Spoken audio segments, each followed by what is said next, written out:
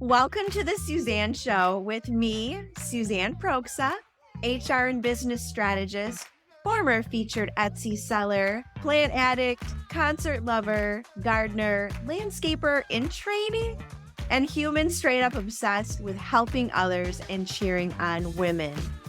Here, we talk a little business, personal development, women's health, and a whole lot about things that matter, help people, and give them joy. Grab your coffee or your wine, break out one of your hundreds of notebooks, light that soy candle, and let's dive in.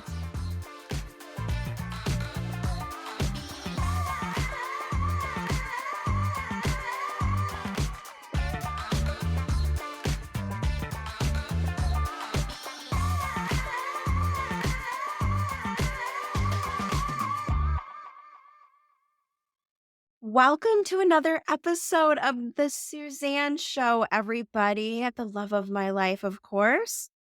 I am here today with Dr. Clarissa Castillo-Ramsey. Hopefully, I said that correctly.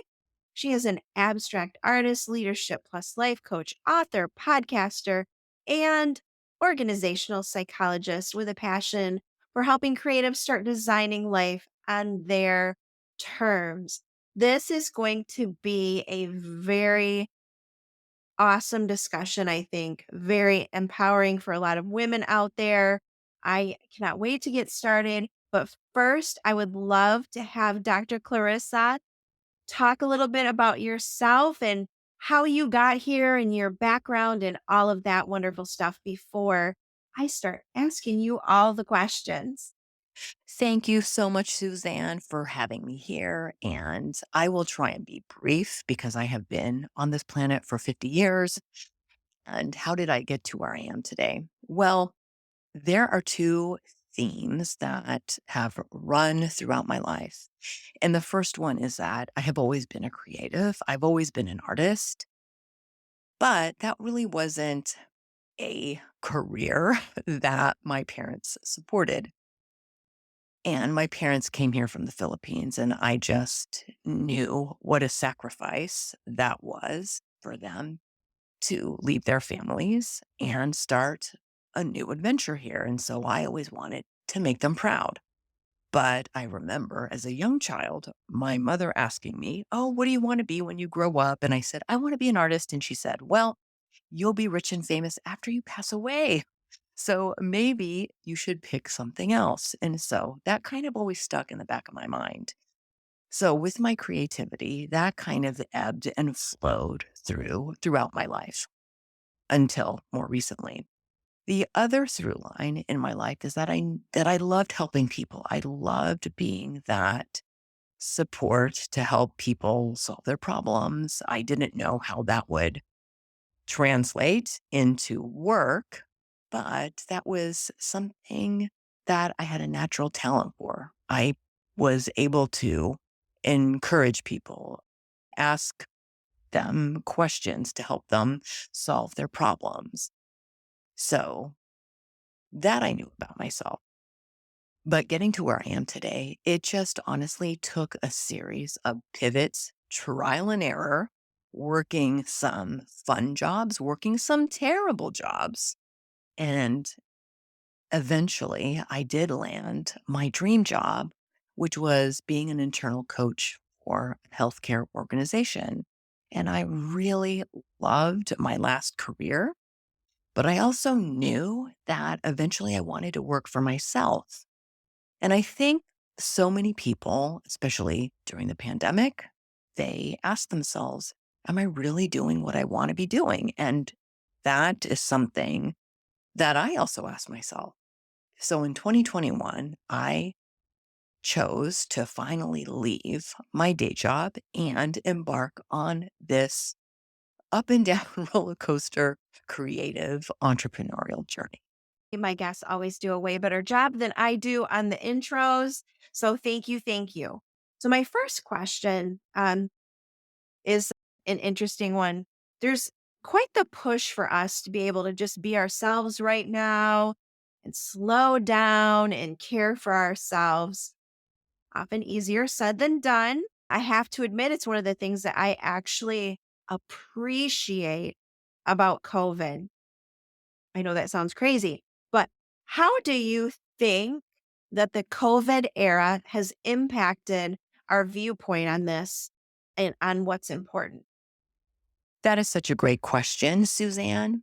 And I think the pandemic really forced people to slow it way down. And I remember doing some vision board workshops right before the pandemic hit. And then after the pandemic hit, so many people came back to me and said, Clarissa, I didn't ask for this to be on my vision board. And I said, you know what? Yeah, nobody asked for a global pandemic, but a lot of people, in fact, there were at least a handful of people in every workshop that I did.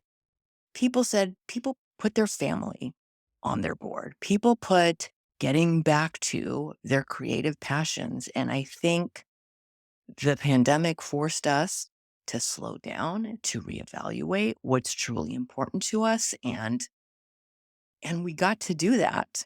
We got to do that. We got to get quiet. We got to really take a look at, hmm, what's really important here? Thank you so much for your thoughts on that. Though, certainly, one of the things that has come out of this time is more people wanting to pursue entrepreneurship. Mm, and making that transition can be full of confusion and a little terrifying. How do you suggest that people start actually preparing themselves for that transition? Oh my goodness, Suzanne, that is such a great question. And I love what you said. Prepare for the transition. And that is what I tell my clients. You don't need to quit tomorrow. You don't need to quit in 6 months, but you do need to start before you're ready. And so there's a couple things that you can do. The first thing is I think there's this just dreamy vision of, oh my gosh, leaving the 9 to 5, working for myself, having all that freedom. Yes. And the freedom is fantastic. But I not I think, I know you've also got to think about, okay, well, what is it that you wish to do next? And start there. Start taking inventory of what are your KSAs? What are your knowledge, skills, and abilities? What would you like to be doing? And start with that. Think about what kind of problem you can solve and for who. And you can also start preparing your corporate exit by really taking a look at your numbers. I know it's not sexy, but taking a look at what is it going to cost you every month to live the life that you want to live and just start there. Excellent, excellent. I mean, it's no easy feat. I mean, I remember when I made the jump, it's just a little terrifying. So, to take it a step further then, what if they truly are not ready to make that move yet, whether it be financially, mentally, or something else?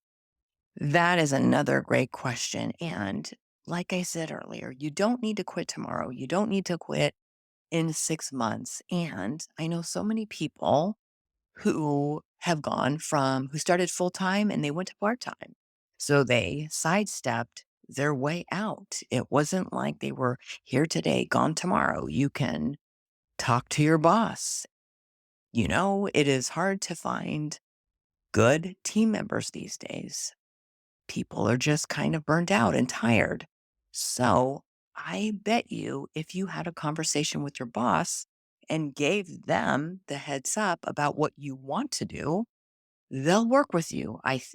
That might sound counterintuitive, but I think nowadays with the gig economy, it's worth a conversation with your boss so you can potentially co-create your exit.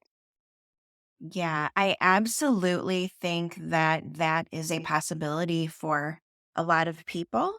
But then also, of course, I'm sure we can both agree that in other situations that that might not be feasible. And I think that you really have to follow your gut and your heart. You know your employer better than anybody else. So you should be able to make that decision as far as whether or not that is something that you're going to be able to do without any negative implications.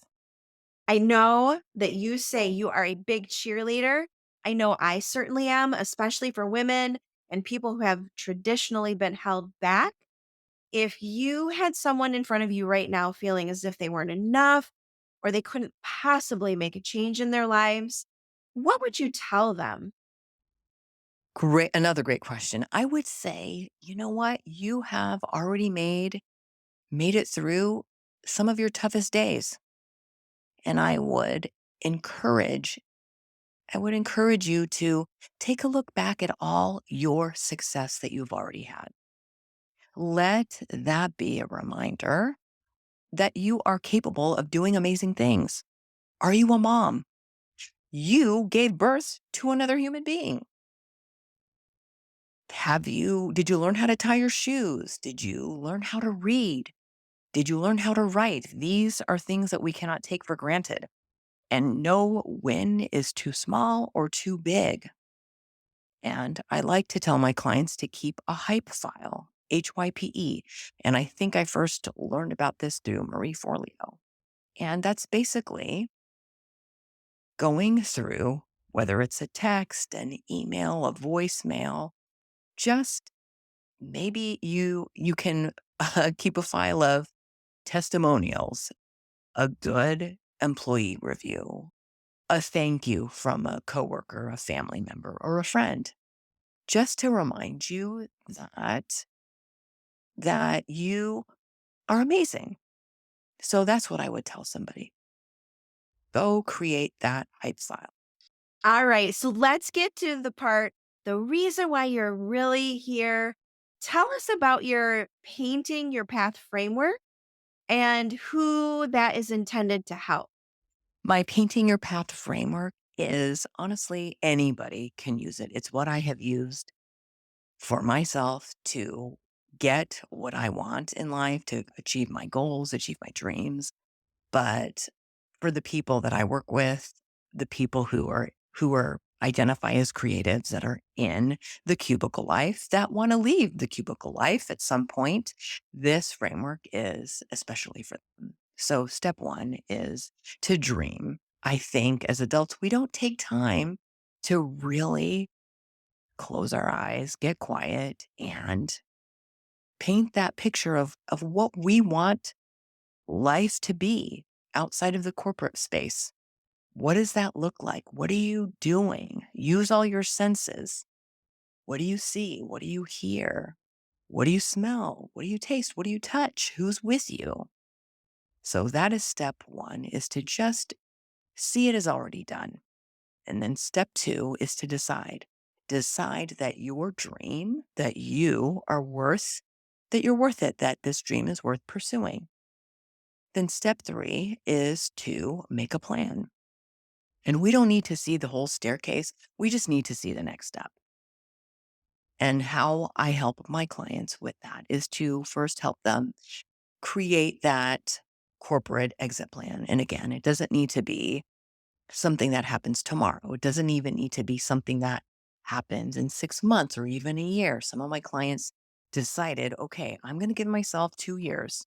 I'm going to give myself 3 years to build up some savings, figure out what I want to do, and then take it from there. So step three is putting a plan together, and I love helping my clients figure that out. Step four is, okay, now that we have the plan, it's time to take action. It's time to be brave and do the uncomfortable thing. Make the phone call, email somebody, make the request, ask for the sale, put your class out there. Whatever it is to take action. And then step five is to reflect. Okay, you launched your thing. How did it go? What worked? What didn't work? So that's the five-step framework. And then the foundation to all of this is two parts. The first one is having that growth mindset. And if you've ever read Dr. Carol Dweck's work, she talks about the fixed mindset and the growth mindset. And the fixed mindset basically says that you have a limited intelligence capacity to learn. Whereas the growth mindset says, you know what, with time, with effort, with feedback, you can achieve anything. And so I work with my clients a lot on developing that growth mindset and building that muscle.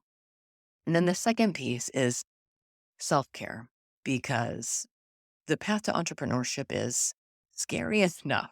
And then having a day job, trying to build something, you can easily burn out. And so I work with my clients on having a self care plan that's sustainable, that feels good to them, because you've got to fill your cup up first before you can take on anything else.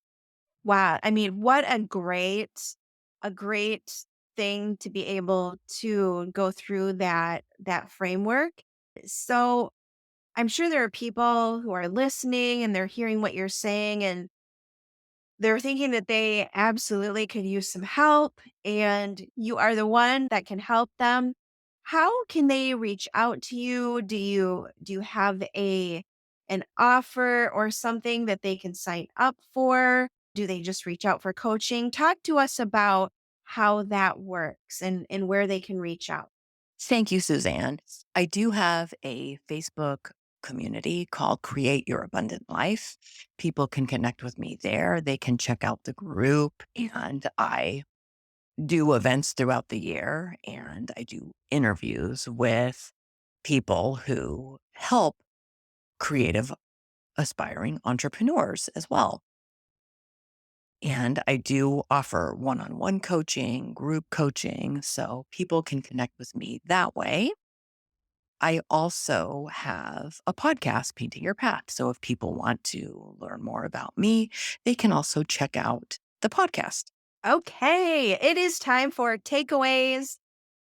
What are 1 to 2, maybe 3 takeaways that you would like the audience to walk away from this episode with? Or even if it's maybe a first step, based on what you do, is there a first step that you would like them to take to get started? That is such a great question. And I would just say this: take off the pressure and just have fun. And start with step one of my framework. And that's just to dream. What are you passionate about? What is important to you? What skills do you already have that you can leverage? And just start there. So I want to close by saying thank you so much, Dr. Clarissa, for being on the show and talking about this topic. It's definitely time. And a lot of people are making changes and I think it's really interesting to see. And so I love having people on the show who can help people make those changes and help walk them through it so that they don't have to struggle. So, thank you again. It was so nice talking to you and I will talk to you soon. Thank you so much, Suzanne, for having me. It has been a pleasure. And I look forward to helping as many creatives as I can. Thanks again for having me. I hope that you loved this episode. If you did, give me those shout outs, show me some love on iTunes, give me a rating. And hey, if you want to know where to find me, you can find me on pretty much all social media at Suzanne Proksa. That's SuzanneProksa.